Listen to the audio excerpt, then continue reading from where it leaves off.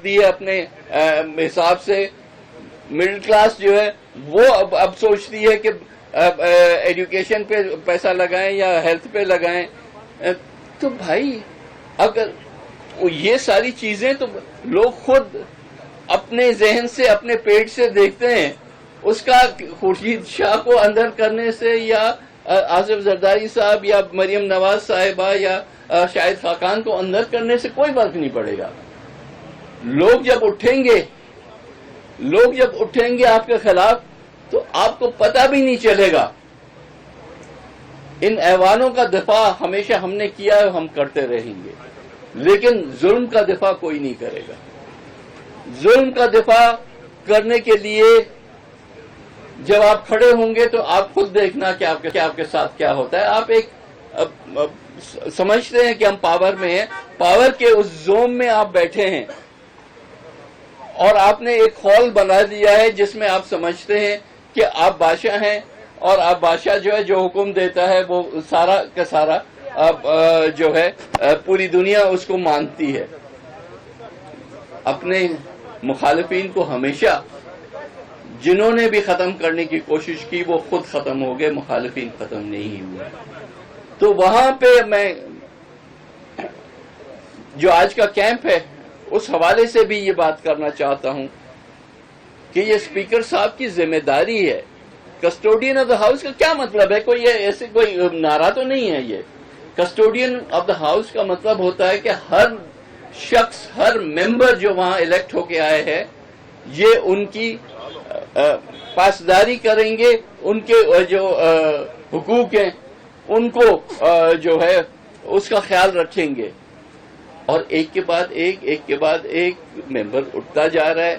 نہ صرف یہ کہ وہ یہ خیال نہیں ہو رہا کہ وہ کیوں آ رہا ہے. یہاں بھی اسپیکرز بیٹھے ہیں، ان سے پوچھیں کہ ایک ممبر کے ساتھ کچھ ہوتا تھا تو ان کے جو ہے راتوں کو نیند نہیں آتی تھی، اور یہاں ان کو پرواہ نہیں ہے. ہاں ٹھیک ہے بھائی، خان کی مرضی ہے. بھائی خان کی مرضی ہے تو خان کے ہم تابع تو نہیں ہیں. ہم تو اپنے لوگوں سے ووٹ لے کر آئے ہیں اور انہی کے پاس ہم نے واپس جانا ہے. ہم کسی اور کے تابع نہیں ہیں. تو آپ کرتے رہو ظلم. آپ نے اسمبلی کو جو ہے وہ مفلوج کر کے رکھ دیا ہے. کوئی عوامی بات یہاں ہو ہی نہیں سکتی. یہاں یہ پی ٹی آئی کا جو ہے ایک پارلیمنٹری پارٹی کی طرح اس کو چلانا چاہتے ہیں اسمبلی کو. ہم یہ نہیں ہونے دیں گے. ہم ہر پوائنٹ پہ احتجاج کریں گے، ہر پوائنٹ پہ اپنے حقوق کے لیے لڑیں گے. ہم آئین اور رولز آف پروسیجر کے مطابق چاہتے ہیں کہ یہ اسمبلیاں چلیں، کسی کے ومس پہ نہیں چلیں گی. تو ہم ڈیمانڈ کرتے ہیں کہ ہمارے تمام جو اسیر ممبران ہیں ان کو اسمبلی میں لایا جائے، ان کو اپنا حق دیا جائے، اور پھر ان کو کسی نارمل حالات میں جو بھی چارجز ہیں اس کو فیس کرنے کے لیے رکھا جائے. اس قسم کی چیزیں ختم کی جائیں. بہت شکریہ جی. میں اس سے پہلے کہ اس پروگرام کو ہم اختتام پذیر کریں، تمام ممبران پارلیمنٹ کا یہ اپنی قیادت سے مطالبہ ہے کہ گزشتہ 10 مہینوں سے اس حکومت نے جس طرح پارلیمنٹ کو یرغمال بنا کے رکھا ہوا ہے، اور بدترین ڈکٹیٹرشپ میں بھی یہ حال پارلیمنٹ کا ہم نے نہیں دیکھا. ہماری تمام ممبران قومی اسمبلی کا اپنی قیادت سے مطالبہ ہے کہ واضح لائحہ عمل کا اعلان کیا جائے. اگر اب اسپیکر صاحب پروٹیکشن آرڈر ایشو نہیں کرتے تو پھر اس حوالے سے واضح لائحہ عمل کا اعلان کیا جائے. میں خواجہ آصف صاحب سے گزارش کروں گا کہ وہ آئیں اور واضح طور پہ اگلے لائحہ عمل کا اعلان کریں. جی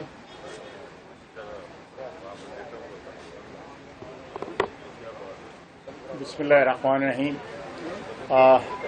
جیسا کہ میں نے پہلے عرض کی تھی، ایک علامتی احتجاج ہے، اور اگر ہمیں یہ احساس بدستور رہا کہ نیشنل اسمبلی جو ہے وہ اپنا جو فنکشن ہے یا اپنا نمائندگی کا حق جو ہے اس کے فلور پہ ہمیں نہیں مل رہا، اور اس چیز کو جو ہے بلاک کیا جا رہا ہے، ہمارا حق نمائندگی جو ہے، جو اسیران ہیں ان کے پروڈکشن آرڈر جو ہے وہ نہیں ایشو کیے جاتے باوجود ہمارے احتجاج کے.